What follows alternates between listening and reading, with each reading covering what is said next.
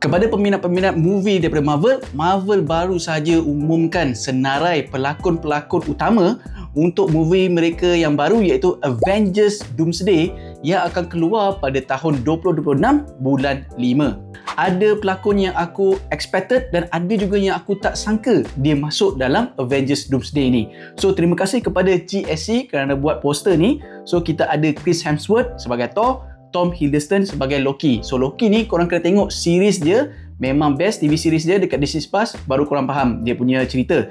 And then kita, of course, kita ada Anthony Mackie, Captain America yang baru keluar baru-baru ni. And then kita ada Falcon yang baru, iaitu Danny Ramirez. Next kita ada tim daripada Fantastic Four yang movie akan keluar pada tahun ini.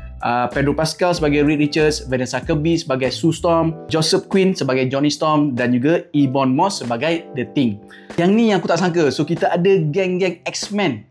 Yang first X-Men tu daripada Fox, kita ada Patrick Stewart, Professor X dan juga Ian McKellen sebagai Magneto. Dua-dua ni dah tua dah, dan Patrick Stewart ni dah keluar masa movie Logan dulu.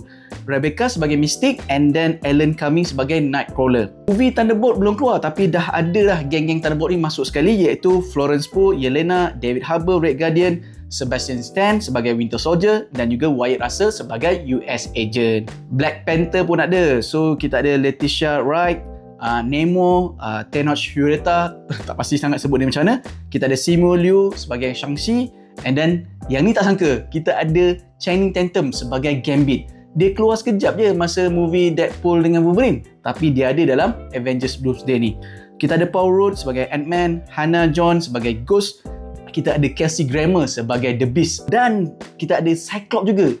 The original Cyclops iaitu James Marsden. Next kita ada Winston Duke sebagai M'Baku, Louis Pullman Sentry ni dia akan keluar dalam movie Thunderbolt nanti, dan akhir sekali kita ada Robert Downey Jr. sebagai Dr. Doom. So aku masih tak boleh terima lagi Robert Downey sebagai Dr. Doom. Aku mengharapkan pelakon lain sebab aku dah chop Robert Downey Jr. ni sebagai Iron Man yang terbaik. So, apa pendapat korang? Casting ni, pelakon ni semua senarai ni okey ke tak okey? Sila komen di bawah.